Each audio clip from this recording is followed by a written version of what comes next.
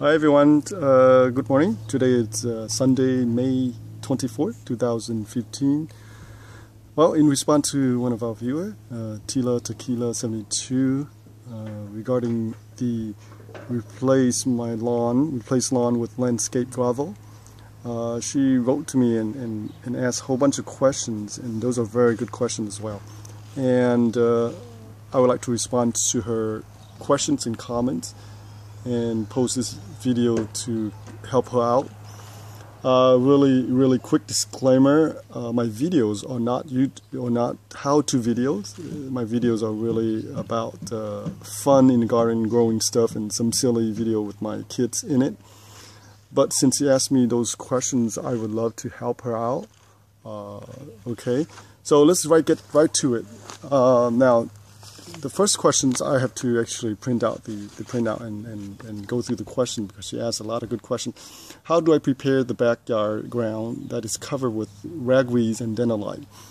Well, first of all, if you have major lawn like me, I have lawn here, but I don't water them because since it's been raining for 3-4 times in May, the grass naturally grow on their own. And some of this patch here, you can see here, no lawn, they're dead. Some of them here coming back, so I just leave them. I don't care. But she was watching the video from the front yard, and the front yard I remove all the lawn, and that's over 1,000+ square feet. That's a lot of lawn, and I replace them with some of this gravel here. Okay, so I want to show you guys some of this gravel here, and later on I'll take you to the front yard to show you guys what I did. Okay. Now, I cannot do a live demonstration for you, so I have to rely on kind of simple illustrations or example here to show you exactly what I did. If you have a really large yard like me, 1,000 square feet plus, you might consider hiring a professional landscaping to do your gravel. I did everything on my own, and it's really painstaking. Took me a while to do it due to a lot of budget reason, and the fact that I did it all on my own. I mean, when I say on my own, I really mean that I'm one person hauling the stuff, and borrowing pickup trucks, and getting a lot of big old stone, rivers, rocks from the internet. Some of them are free, but some of them I have to buy, like this right here. Okay, so how do I get rid of them? Well, I'm an organic gardener, so I don't use any chemical herbicide, insecticide to get rid of some of the weed. The key important thing is that when you see them, you might want to pull them out real quick. So you don't want them to go to seed. And when they go to seed, that's when you have trouble. And single plant can produce 1 billion, that was with a bee, 1 billion pollen. And it can travel hundreds and hundreds of miles. So even though, let's say I clean up all my dirt here really well, eventually if the rain comes down, this little bare spot here will have weed. That's just the way it is. That's just nature's way of covering its bare skin, if you like to put it that way. Now, if you notice that anytime you grow something in garden, most of your beautiful tilted soil and amended soil, they tend to be void of weeds. The only spot that we like to occupy is when it is abandoned.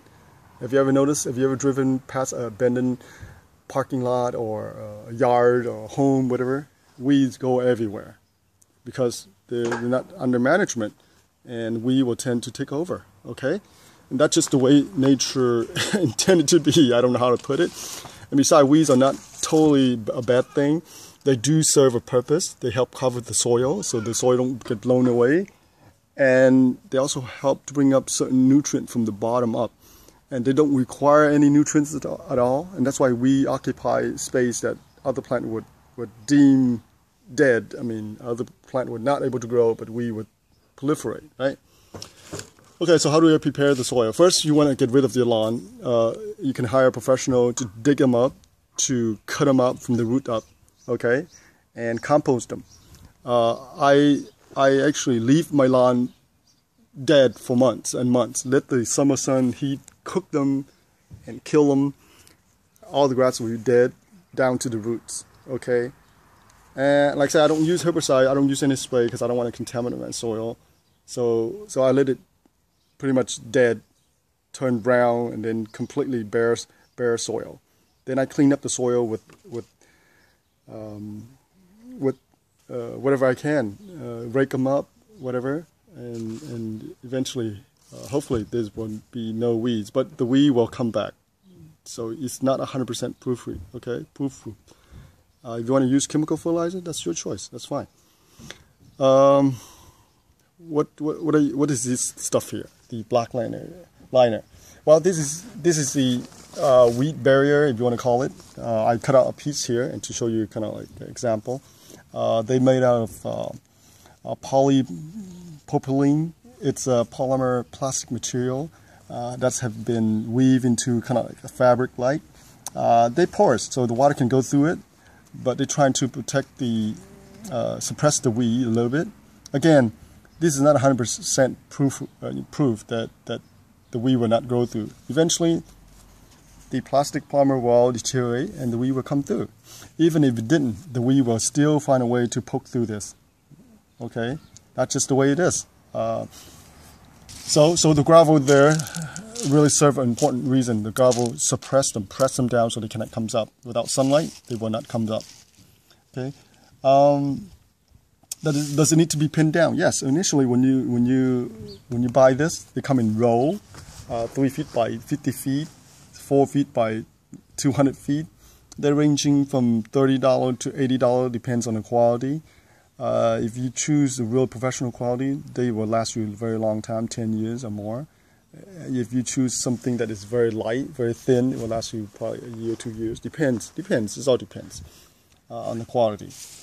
Okay, do you need to pin down? Yes. You pin them down so when you install them, the wind don't blow them away until you have the gravel on them, right? So it won't fly up. So otherwise it will flop up like this. Okay. Now the pins like this. Some of them come with the roll. If they don't come with it, you have to buy them. Okay. Any kind of pin, you can actually make your own pin if you want to. They get a little rusted after a while, but just pin them down in the corner, and that's it. What kind of gravel do I use? I tend to use the disc type. That's just my choice. This is a natural stone, and when the water hits it, it actually shows the color. Some red, some pink, some dark gray. Now you have other material too. This is about from ½ an inch to an inch, the size of the gravel, the stone, I mean. So there are a wide range of stuff you can choose from. Now, I would not recommend you buy it from the garden store in bags. Okay, that's really, really expensive. You would want to go to a place where they sell landscaping stone, rocks, and gravel, and they sell by the scoop. Each scoop maybe half a cubic yard or 1 cubic yard, depends how big the scoop is. Can range from $21 to up to $100. Depends. Mine here is about average, maybe $30, $28 to $30. So like I say, it all depends on you, which kind of gravel you want. And again, if you have a large yard, over 1,000 square feet, you might want to have professionally done. Come in and take a look at your yard, and then they can bring you a lot of sample to show you what kind of rocks. Okay, I visited some of the rock quarry place, so I know. So I like, this is the one I like. Okay. Again, like I say, the price, stuff like that, it all depends. What happened when it's rain? Well, when it's rained down to this gravel here, the water will be able to go through this, and since this is fabric here is a porous material, the rain will go right through here and the ground will soak it up. That's what you want. You don't want the rainwater to rush into your house, into your yard, into your parking space, whatever. Okay. What is the thickness? The place that sell you this, they usually recommend 2 inches. I think that's kind of thick, but 2 inches is good if you have the if you really want that thick. I would want at least minimum 1 inch thick. This is about maybe 1 inch thick right now. If you don't do that, then you have spaces where you're not covering the fabric, and then when sunlight hits that, the weed will comes up. Trust me, the weed. I will show you later on in the front yard. But 2-inch is really good. But again, if you would put 2-inch, you're talking about you're paying a lot of money for it too. Okay, in terms of maintenance, there's not much to it really. The thing the stone itself will stay there forever. I mean, there's not much to do. Once in a while you have some leaves falling on it, you might want to rake it up, the leaf. Other than that, there's not much to do. Okay, so let's see what else. And how do I maintain it? And if so, that will, you can't really stop the weed from coming back. I hate to say that. If you have a small little area, yes, you can maintain it, you can keep track of them, and every time the weed comes up, you can pull them out. But in general, if you have a large yard, you will always have weeds popping up once here and there. And when you see them, you just pop, just go out and pull them out. Now I like to use this little pick here. So it's about 18 inches. I can go real deep down and dig the whole entire roots up. Okay, when I see the weeds. And here, I'll show you real quick. I can just see how hard they are. We like to grow in very tough soil, so they serve a really purpose. Okay, so that's one method I do use. And another thing I use is a thing called a hoe here. Okay, you can use this to scrape up anything in the surface, and that will kill all the weeds. The key is to get rid of them before they turn into seed, before they go to seeds. That's the key. Again, one flower from one plant can produce 1 billion pollen, and the pollen can travel hundreds and hundreds of miles. Even if your yard is clean of weed, there will be weed going in there because your neighbors, anywhere else surrounding the weeds, the pollens will inevitably land on your yard. Okay, so again, I hope I touch up on a lot of stuff here. Like I said, I cannot do a live demonstration, so I have to rely on some little example here. Okay, so you can go and buy the roll like this from the garden center.